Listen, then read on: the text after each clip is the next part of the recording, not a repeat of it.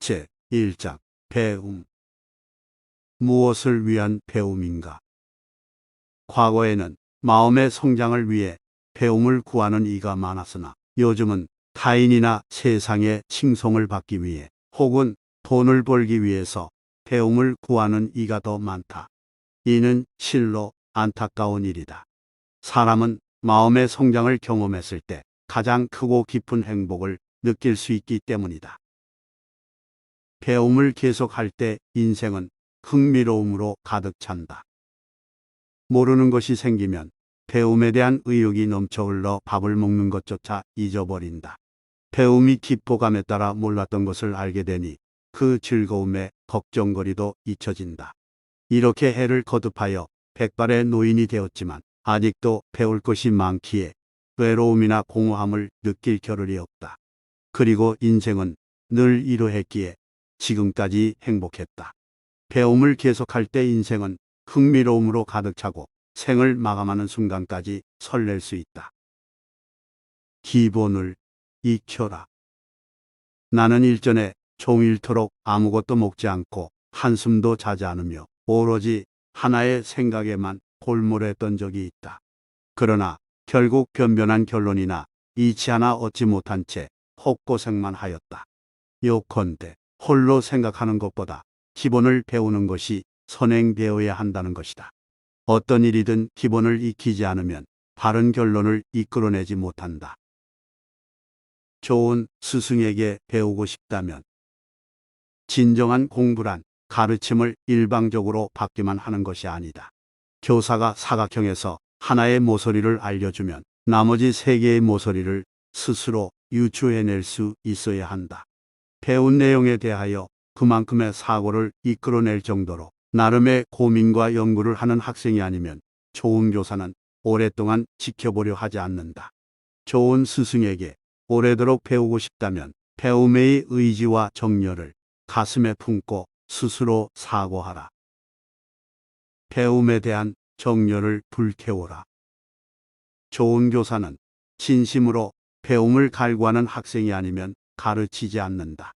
모르는 것이 있다면 어떻게 해서든 알고 싶어 조바심을 내라. 공부하고 싶다라고 크게 소리칠 정도로 강한 의욕에 사로잡혀라.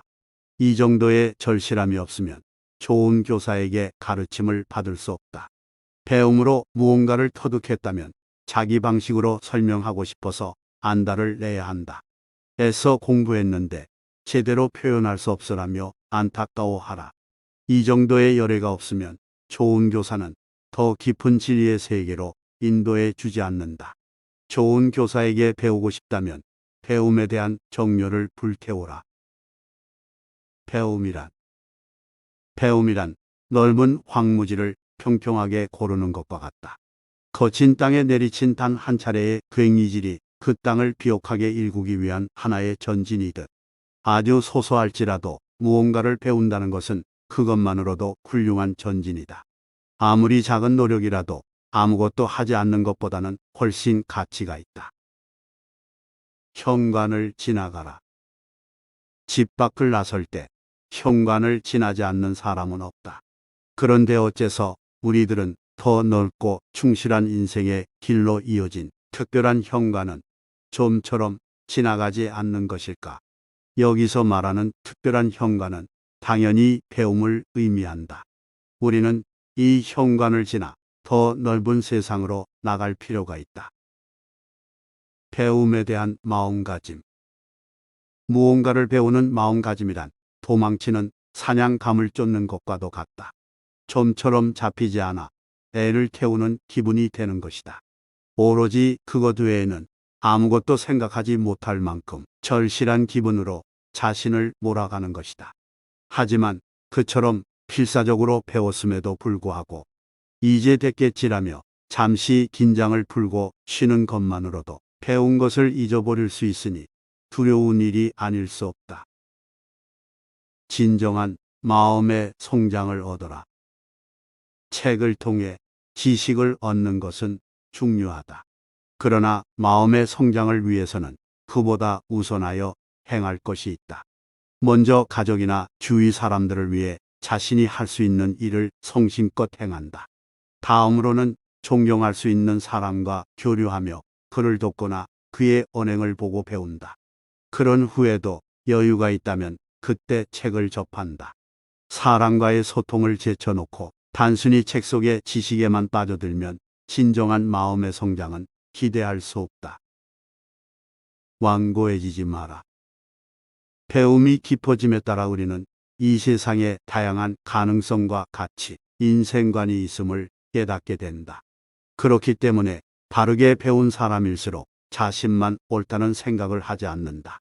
배움이 깊을수록 완고해지지 않는 것이다. 달리 말해 완고한 사람이란 제대로 배우지 못한 사람이다. 바르게 배운 사람이란 아무리 능력이 뛰어날지라도 거만한 태도로 능력을 내놓기를 아까워하는 사람은 아무것도 배우지 못한 사람과 같다. 사람의 능력은 자신뿐만 아니라 다른 이의 행복을 위해 발휘될 때 그 진가가 드러나는 것이다. 바르게 배운 사람이라면 이러한 사실을 누구보다 잘 알고 있다. 과거가 현재를 미래로 이끌어 갈 수 있다. 마치 식은 죽을 다시 뜨겁게 데우듯이 과거의 역사를 자신의 마음속에 선명히 되살려 본다. 이 정도로 역사를 깊이 공부하면 미래의 역사가 보인다. 이를 볼 수 있는 사람이야말로 현재의 역사를 이끌어 갈 수 있는 사람이다. 진정으로 알고 있는 사람. 제대로 알지 못하면서 어설픈 기억이나 엿들은 풍월로 다른 이에게 이야기를 전하다 보면 나는 이 일에 대해 잘 알고 있다라고 착각하게 된다. 확실히 알고 있는 것만 안다고 자각하고 그렇지 않은 것은 모른다고 인정하라. 이와 같이 깨어있는 사람이 진정으로 알고 있는 사람이다. 지식을 얻는 것과 생각하는 것, 두 가지의 균형. 지식을 집어넣기만 할 뿐 그것을 바탕으로 스스로 생각하지 않으면 일의 올바른 모습이 보이지 않는다. 역으로 지식을 확실하게 익히지도 않은 채 제멋대로 생각하면 한쪽으로 치우친 독단적인 결론에 도달해버린다. 이건 역시 일의 올바른 모습을 볼 수 없다. 지식을 얻는 것과 생각하는 것, 이 두 가지의 균형이 중요하다. 폭넓게 배우고 예의를 지켜 행하라. 폭넓게 배우고 많은 지식을 익혀라. 그 지식을 바탕으로 생각을 다듬고 행동으로 옮겨라. 그리하면 좋은 성과를 기대할 수 있다. 단, 행동으로 실행할 때에는 어떠한 경우라도 예의를 지켜 행해야 한다. 그래야만 세상 사람들에게 자신의 행동을 이해받고 정당한 평가를 받을 수 있다. 지식만 넣지 말고 실천을 행하라. 무언가를 배우면 그것을 실제로 행해 봄으로써 그 이치를 깨닫기 전까지 다른 공부를 시작하지 않는 사람이 있다. 그는 실천 없이 지식만 집어넣는 것은 단순히 지식욕을 만족시키는 놀이로 전락할 수 있음을 아는 사람이다. 스스로를 되돌아보아라.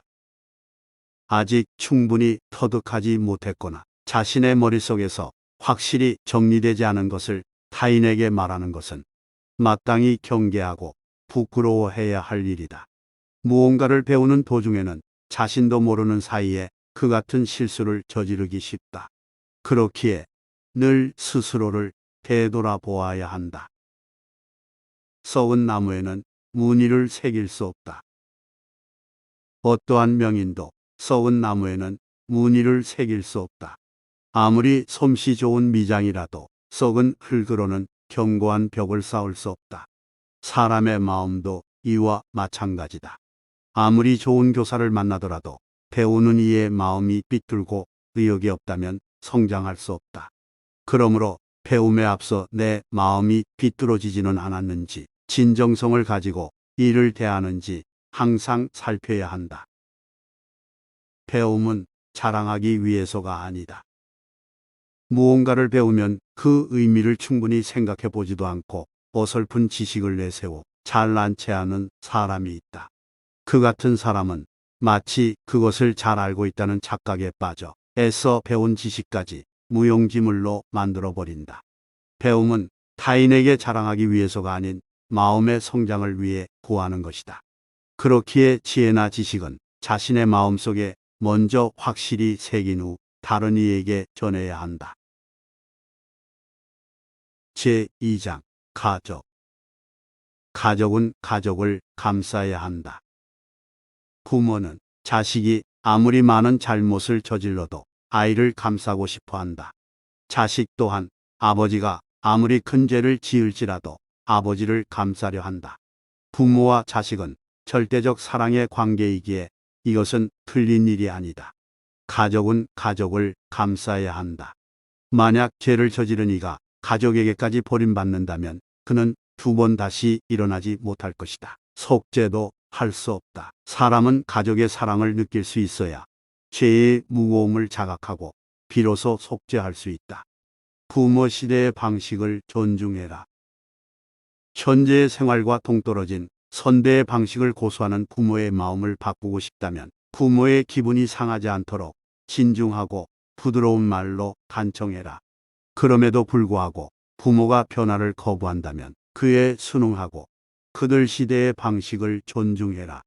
내용이 아무리 옳다 한들 무조건 비난하는 것은 용서받지 못할 불효가 된다. 설령 시대착오적이라 할지라도 부모는 그 가치관에 따라 인생을 엮어왔기에 그것을 부정하지 않는 것이 배려이고 또 효행이다. 아버지에게 세상살이를 배울 때 자식이 아버지로부터 세상을 살아가는 방법을 배울 때에는 다음의 과정을 차례대로 따른다. 먼저 아버지의 일을 묵묵히 따르며 일에 대한 신념을 관찰하고 인생관과 가치관을 습득한다. 이윽고 아버지가 일선에서 물러나면 그가 해온 일의 내용을 구체적으로 돌이켜본다. 이 방식이 아버지가 신념을 관철하기 위한 최선의 것이었을까라고 스스로 사고해본다. 이 같은 단계를 밟으며 성장하는 사람은 주제넘게 앞서 나감으로써 범하는 실패를 피할 수 있다. 상하 관계의 근본. 세상에는 평등을 주장하며 사회의 상하 관계를 부정하는 사람들이 있다. 하지만 그런 이들도 부모 자식 간의 정은 당연히 지니고 있을 터 부모라면 자식이 사랑스럽고 자식이라면 부모가 존경스러울 것이다. 그렇기에 이들의 주장은 모순이다. 그 역시 실제로는 사회의 상하 관계를 마음속으로는 인정하는 것이다. 사회의 상하 관계란 바로 부모 자식 간의 정에 근본을 두고 있기 때문이다. 다른 세대 간의 자연스러운 애정을 효율적으로 활용한 것에 지나지 않는다. 진정으로 현명한 사람. 현명한 이를 공경하는 마음은 아름다운 여인을 동경하는 마음과 같다. 여인의 아름다움은 내면에서 배어나오는 것이며 젊은 여인이든 성숙한 여인이든 그 아름다움의 본질은 엄마로서 아이를 사랑하고 귀여워하는 다정함에서 나오기 때문이다. 한편 진정으로 현명한 사람이란 주위 사람들과 세상 그 자체를 사랑으로 온화하게 감쌀 수 있는 사람이다. 그렇기에 현명한 사람과 아름다운 여성은 본질적으로 지극히 가까운 존재라 할 수 있다. 자식을 사랑한다면 고난을 경험케 해라. 자식을 위한다는 명목으로 소소한 문제까지 대신 해결해 주려는 부모가 있다. 어려움을 겪는 자식의 모습이 안타까운 것은 부모로서 당연한 마음일 것이다. 허나 그렇다고 하여 자식의 앞길을 대신 닦아주는 것은 아무런 무기 없이 자식을 전쟁터에 내보내는 것과 같다. 사람은 인생에서 부닥치는 크고 작은 어려움을 스스로 극복해 나갈 필요가 있다. 그래야 큰 역경 앞에서 홀로만 설 수 있는 힘을 기를 수 있기 때문이다. 사랑한다면 고난을 경험케 하라는 까닭이 바로 여기에 있다. 효도의 첫걸음. 부모는 그 무엇보다도 자녀의 건강을 염려한다. 그러므로 늘 자신의 건강을 살피며 몸과 마음이 상하지 않도록 돌보아야 한다. 이것이 바로 효도의 첫걸음이다. 올바른 효도의 형태란 예의범절은 배려하는 마음과 공경하는 마음을 형태로 만든 것이다. 따라서 효도 또한 예의를 지키면서 행해야 한다. 부모님이 살아계실 때는 매사에 공경하는 마음을 잊지 않고 언제나 예의 바른 태도와 공손한 말투로 모신다. 부모님이 돌아가시면 생전 고인이 소망했던 대로 장례를 치른다. 사후에는 평온한 안식을 바라며 매일 정성껏 기도를 올린다. 이것이 올바른 효도의 형태이다. 효도하고 싶다면 부모를 공경하는 마음을 가져라. 요즘 사람들 가운데 어떤 이들은 연로한 부모를 두고 식사만 제때 차려주어도 효도하는 것이다라며 마치 자비를 베푸는 듯한 태도를 보이는데 이는 큰 잘못이다. 사람은 집에서 기르는 개나 말에게도 매일 먹이를 준다. 먹여주기만 하면 된다는 태도는 연로한 부모를 개나 말과 같이 취급하는 것과 같다. 그런 취급을 받고 기뻐할 사람이 있을까? 부모를 공경하는 마음이 없다면 물질적으로 아무리 좋은 것을 해주어도 진정한 효도가 아니다. 부모 나이를 알고 있다는 것은 연로하신 부모의 나이를 알고 있다는 것, 바로 그것이 효도의 첫걸음이다. 그로써 이렇게 오래 살아주셔서 기쁘다는 감사의 마음을 가진다. 그리고 벌써 이렇게 늙으셨구나, 생이 얼마 남지 않으셨구나라며 부모의 남은 삶을 더욱 세심히 살필 수 있다. 이 두 마음이 부모와 함께 지내는 시간의 소중함을 깊이 깨닫게 해준다. 부모를 대하는 표정. 효도에서 중요한 것은 부모에게 보이는 자식의 얼굴이다. 부모의 일을 돕고 귀한 음식을 장만해 부모를 모시는 것은 분명 훌륭한 효도이겠으나 그 표정이 평온하지 않다면 모처럼의 효행은 무용지물이 되어버린다. 자식이 괴로운 얼굴을 하고 있으면 부모는 아무리 좋은 것을 가진다 해도 기쁘지 않기 때문이다. 제3장 인간관계. 노력으로 인연은 얻어진다. 이야기를 나눌 가치를 지닌 사람을 만났음에도 말 한마디 걸지 못했다면 모처럼 멋진 친구를 얻을 수 있는 기회를 스스로 놓친 것과 다름없다. 사람과 사람 사이의 인연은 먼저 노력하지 않으면 얻을 수 없다. 타인을 인정해라. 누군가 아름다운 목소리를 지녔다면 그에게 먼저 독창을 청하여 그 미성을 음미해 본다. 그런 후에 합창을 하면 더욱 아름다운 노랫소리가 만들어질 것이다. 타인의 재능을 질투하지 않고 솔직히 인정하면 그 사람의 좋은 점을 이어받아 나의 성장으로 발전시킬 수 있다. 선물을 대하는 자세. 친구에게 선물을 받으면 아무리 저렴하고 소박한 것일지라도 고마움을 표현하라. 또한 아무리 값비싼 물건일지라도 사양하지 말라. 과자 하나를 받았든 훌륭한 마차나 말을 받았든 똑같이 고마워라는 한마디로 감사를 표현하면 된다. 왜냐하면 그 선물에 담겨 있는 것은 똑같은 우정이기 때문이다. 단, 친구가 조상님께 바칠 곡물을 나눠주었을 때에는 깊이 머리 숙여 감사해야 한다. 이는 친구를 향해서가 아닌 그 조상님에 대한 경의를 표하는 것이다. 진정한 정직. 타인의 실수를 비방하고 비밀을 폭로하는 것이 마치 대단히 올곧고 정직한 행동이냐 자랑하는 사람이 있다. 그러나 타인의 결점을 들추는 것은 결코 정직이 아니다. 스스로가 인생의 바른 길을 잘 알고 있으며 그것을 꾸밈없이 실천하여 자신에게 당당한 것이 바로 진정한 정직이다. 진정 자신을 위하는 일. 누군가가 태양과 달이 마음에 들지 않는다 하여 절교를 선언할지라도 태양과 달은 조금도 신경을 쓰지 않는다. 오히려 난처해지는 것은 사람이다.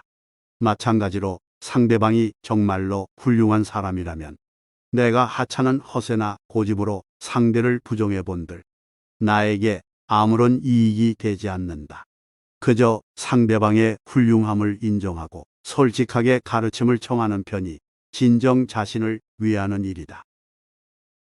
언제나 사랑받는 방법. 다른 사람에 대한 배려를 잊지 않고 성실히 살아간다. 이것은 무척 어려워 보이지만 실은 즐거운 일이다. 이 같은 삶의 방식을 가진 사람의 곁에는 언제나 많은 이들이 따른다. 주위의 사랑을 받기에 외톨이가 되는 법이 없으며 동료들과 항상 더불어 살아간다. 자신의 어리석음을 깨달아야 한다. 예의범절과 배려의 미덕을 배우지 못하고 제멋대로 자란 사람은 건실한 인간관계를 쌓을 수 없다. 이런 사람은 상대방이 상냥하게 대해주면 그것을 당연히 여겨 끊임없이 이기적인 부탁을 한다. 그리고 엄하게 충고하면 반성은커녕 도리어 원한을 품기 때문에 아무도 상대해주지 않게 된다. 이런 이는 하루라도 빨리 자신의 어리석음을 깨달아야 한다. 깨닫기만 하면 예의를 배우는 것은 언제든 시작할 수 있다. 나는 다른 사람을 얼마나 이해하고 있는가? 다른 이가 나를 이해해 주지 않는다고 불만에 가득 차 끙끙 앓아봤자 해결되는 것은 아무것도 없다. 그 전에 나는 다른 사람을 얼마나 이해하고 있는지, 그의 가치와 재능을 제대로 인정하고 있는가를 반문해 볼 필요가 있다. 실패를 관찰하면 다른 사람의 마음이 보인다. 누군가가 어떤 일에 실패했다면 그 사람의 마음을 한번 들여다보라. 그는 어떤 마음으로 일에 임했기에 실패한 것일까? 그 사람의 어떤 성격이 실패로 이어진 것일까를 생각해 보는 것이다. 만약에 상냥함과 성실함이 도리어 화가 되어 실패한 것임을 깨닫는다면 그는 오히려 신뢰할 수 있는 사람임을 알게 될 것이다. 즉, 실패를 관찰하면 그 사람의 마음을 볼 수 있다.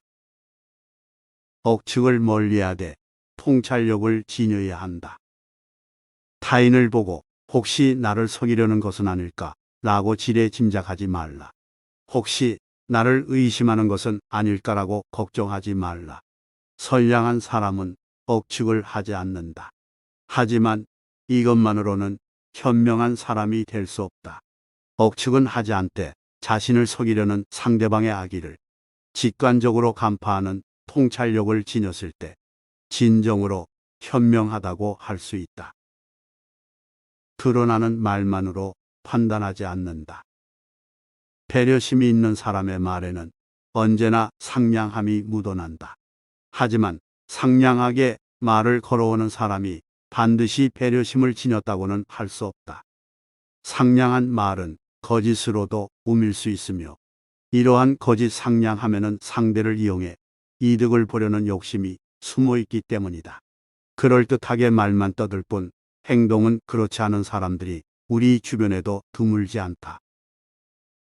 마음의 성장을 촉진하는 표본. 호감이 가거나 존경심이 솟는 사람을 보면 나도 저런 사람이 되자라는 긍정의 목표를 가질 수 있다. 존경할 수 없는 사람이나 불쾌감을 주는 사람을 보면 혹시 나에게도 저런 결점이 있는 건 아닐까 하고 스스로를 되돌아볼 수 있다. 이르자면 주위에 있는 사람 모두가 마음의 성장을 촉진하는 표본인 것이다. 예의를 갖추는 이유. 용기 있는 사람은 훌륭하다. 그러나 용맹만 있을 뿐 예의를 익히지 않는다면 그저 난폭하고 야만적인 사람으로 오해를 받게 된다. 자신의 장점을 온전히 발휘하고 제대로 발전시키기 위해서는 먼저 예로서 대해야 한다. 용기와 만용의 차이. 맨손으로 호랑이와 맞서려 한다거나 아무런 장비도 없이 큰 강을 건너려고 하지 말라. 이 같은 무모한 도전을 하며 나는 죽을 각오가 되어 있기 때문에 괜찮다라고 호언하지 말라. 이러한 사람은 결코 용기 있는 사람이 아니다. 단지 자신의 힘을 과시하고 싶을 뿐인 어리석은 사람이다. 이런 만용에 가득 찬 사람과 함께 있으면 목숨이 몇 개라도 부족하다. 젊다는 건 가능성이 있다는 것. 젊다는 것은 그것만으로도 충분히 존중할 가치가 있다. 그렇기에 연장자는 언제나 젊은이를 소중히 여기는 마음을 가져야 한다. 젊은이들은 앞으로 어떻게 성장하고 어떤 발전을 보여줄지 정해져 있지 않다. 그들에게는 그 무엇보다도 소중한 것, 가능성이 있다. 정의로운 공평. 누구에게나 상냥하고 친절하게 대하는 것은 큰 잘못이다. 마음이 의롭고 선량한 사람에게는 그에 걸맞은 친절로 보답하는 것이 맞지만 부정한 사람이나 어리석은 사람은 엄중하게 꾸짖어야 한다. 이것이 정의로운 공평이다. 짖어야 할 상대에게 친절히 대하는 것은 상대방을 더욱 악화시킬 뿐이다. 이는 아첨이고 가식적인 손익계산이다. 혹은 악에 굴복하거나 가담하는 것이기도 하다. 그리고 이것은 자신의 마음까지 타락시킨다. 타인에게는 관대하고 자신에게는 엄격하다. 너그럽고 대범한 자세는 타인과 좋은 관계를 만들어 나가는데 긍정적인 작용을 한다. 그러나 그 같은 너그러움을 자신에게까지 적용하지는 말아야 한다. 스스로에게 지나치게 관대한 사람은 너무도 쉽게 자신의 게으름과 실수를 용서하고 매사를 변명으로 얼버무린다. 타인에게는 관대하고 대범한 마음으로 다가설지라도 자신에게만큼은 엄격하고 신중한 태도를 지녀야 진정한 성장을 도모할 수 있다. 제4장 진정한 인. 인생의 의미를 알 수 있을까? 인생의 의미는 그리 쉽게 알 수 있는 것이 아니다. 살아있는 한 수많은 가능성이 끊임없이 펼쳐지는 것이 인생이다. 그렇기에 살아있는 동안 자신의 죽음을 생각할 여유 따위는 없는 것이다. 나아가는 삶이란 사람도 자연도 이 세상의 모든 것이 이 강의 흐름과 같다. 낮이든 밤이든 한순간도 쉬지 않고 나아간다. 계속 같은 상태로 머물러 있는 것은 없다. 사람의 삶도 이처럼 앞을 향해 나아가는 것이 당연하다. 처음에 열정을 간직해라. 모든 일은 시간이 흐르고 진보함에 따라 정교해진다. 그리고 시작할 때의 투박함과 거친 느낌은 서서히 희석되어 사라진다. 그러나 만약에 나에게 시작할 무렵의 투박함과 진보에 의한 정교함 가운데 어느 하나를 선택하라 한다면 나는 전자를 고를 것이다. 무슨 일이든 처음의 열정이 가장 뜨겁고 에너지 넘친다. 거칠고 조잡하지만 미래를 향한 기대와 순수함이 가득 차 있다. 넘침과 모자람의 차이. 열정은 무언가를 해내기 위한 에너지이다. 그렇기에 열정이 모자라면 무엇도 온전히 해낼 수 없다. 그러나 지나친 열정은 초조함을 불러오고 사실을 오인하게 함으로써 실패를 초래한다. 열정이 지나치면 성공의 장애가 되는 것이다. 인생에 부정적으로 작용한다는 의미에서 넘침은 모자람과 다름이 아니다. 진심을 담아서 추모해라. 세상을 먼저 떠난 누군가를 기릴 때에는 그가 진실로 옆에 있는 듯이 추모해라. 그 같은 마음가짐으로 그를 생각할 때 진정, 정성을 다할 수 있다. 무엇보다 중요한 것은 진심이 담긴 사람의 마음이다. 삶의 끝에 곁에 있어야 할 사람. 내가 죽을 때는 그저 내 명령에 복종하는 수많은 부하들에게 둘러싸여 죽기보다 나를 사랑하는 소수의 친구들이 지켜보는 가운데 마지막을 맞고 싶다. 나와 마음의 끈이 연결된 사람이 이 세상에 남아있다면 마음을 놓고 홀가분히 떠날 수 있을 것이다. 배려란 누구나 지켜야 할 인생의 주제는 배려다. 배려란 자신이 싫어하는 것을 타인에게도 행하지 않는다는 마음가짐이다. 욕망의 제동장치 2. 인내심을 잃으면 욕망이 흘러넘친다. 그 욕망을 내버려 두면 주변을 오염시킬 뿐만 아니라 자신까지 파멸시켜버린다. 그렇기에 욕망에는 반드시 제동장치를 걸어두어야 하며 그것이 바로 예의이다. 예의는 마음을 지탱하고 욕망을 억제한다. 이것이 정의를 실행하는 것이다. 말하자면 정의는 자신만의 예의를 먼저 지키는 것에서 비롯된다. 하지 말아야 할 것들. 예의를 지키지 않는 사람의 행동은 보지도 듣지도 말아야 한다. 예의에 어긋나는 것은 말하지도 말아야 하고 행하지도 않아야 한다. 이것이 정의를 실현하는 가장 중요한 요소이다. 쉬는 새는 노리지 마라. 사냥을 할 때에는 날고 있는 새는 노리되 나뭇가지에서 쉬는 새는 노리지 마라. 자리에 앉은 새를 잡는 것이 더 수월하겠지만 그냥 놓아 주어야 한다. 왜냐하면 새는 그 순간 잠시나마 마음의 평온을 누리고 있기 때문이다. 설사 적이라 할지라도 휴식을 취하는 동안에는 공격하지 않는 것이 최소한의 인지상정이고 생명에 대한 예의이다. 인간 세상을 좋아할 수밖에 없는 이유. 아무리 인간 세상이 싫어졌다 한들 새나 짐승이 사는 세계에서 사람이 홀로 살아갈 수는 없다. 사람이 살아갈 곳은 오로지 인간 세상뿐이다. 그렇다면 결국 인간 세상을 좋아하는 수밖에 없다.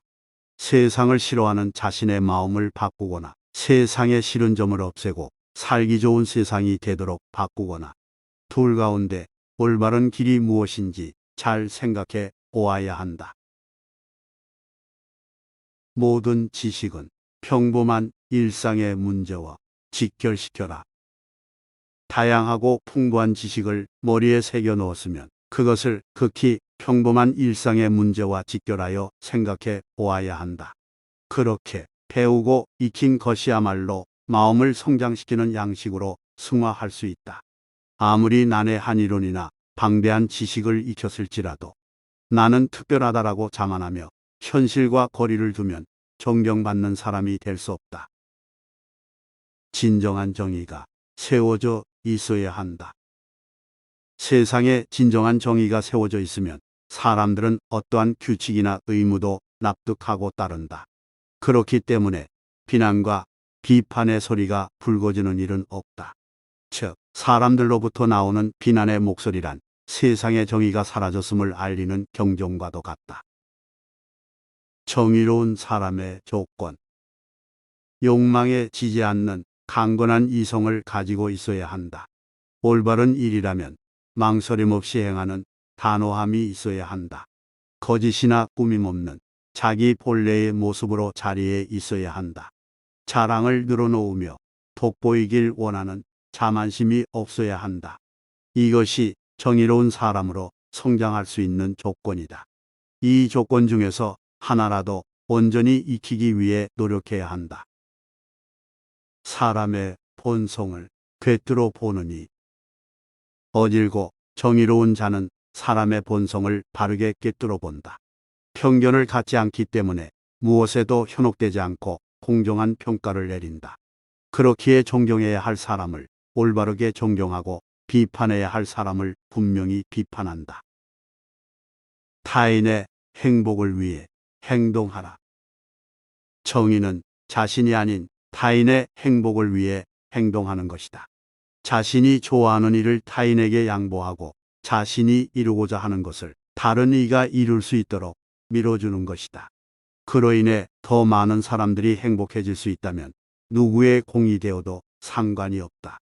이처럼 생각하는 사람이 정의를 실현할 수 있는 사람이다. 정의 실현의 목표.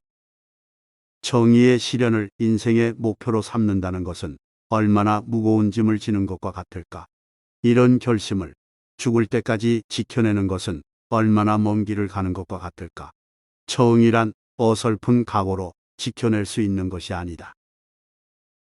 정의를 관철하는 사람. 정의를 관철하는 이는 비록 목숨이 위태로울지라도 결단코 나쁜 일에 가담하지 않는다. 오히려 자신의 삶과 맞바꿔서라도 정의를 관철한다. 그만한 각오가 있기에 아무리 힘든 역경에서도 정의를 버리지 않고 지켜낼 수 있다. 전체의 행복을 위한 정의. 온 주변의 정의가 사라져 버렸을 때 정의를 세우기 위해 무조건 세상과 대립하는 것은 현명하지 않다. 마음속 정의는 굳건히 다지되 훗날의 도모를 위해 잠시 침묵하며 기다린다면 분명 같은 뜻을 가진 동료가 나타날 것이다. 그때가 오면 힘을 모아 다시 세상에 정의를 세워야 한다. 마지막까지 지켜야 할 것은 자기 혼자만의 정의가 아닌 전체의 행복을 위한 정의여야 한다. 역사와 세상을 잇기 위해선 조상의 혼을 기리는 행사와 전통 문화가 소중하지 않다면 도대체 무엇이 소중한 것일까? 이것이야말로 소중히 지켜야 할 문화이다. 물론 이것이 어떠한 금전적 이익을 가져다 주지는 않지만 그보다 더 중요한 의미가 있다. 우리가 끊임없이 조상에 대한 감사와 전통에 대한 경의를 지켜나가는 것은 역사와 세상을 잇는 것이며 자신의 정체성을 더욱 굳건히 다지는 일이다. 이어지는 마음. 당신이 단 하루라도 욕망을 억제하고 정의를 훌륭하게 행하면 그것을 본 다른 사람들 또한 감동하여 나름의 정의를 하나씩 실천할 것이다. 그렇게 점점 정의가 퍼져나가다 보면 이윽고 세상은 정의로 가득해진다.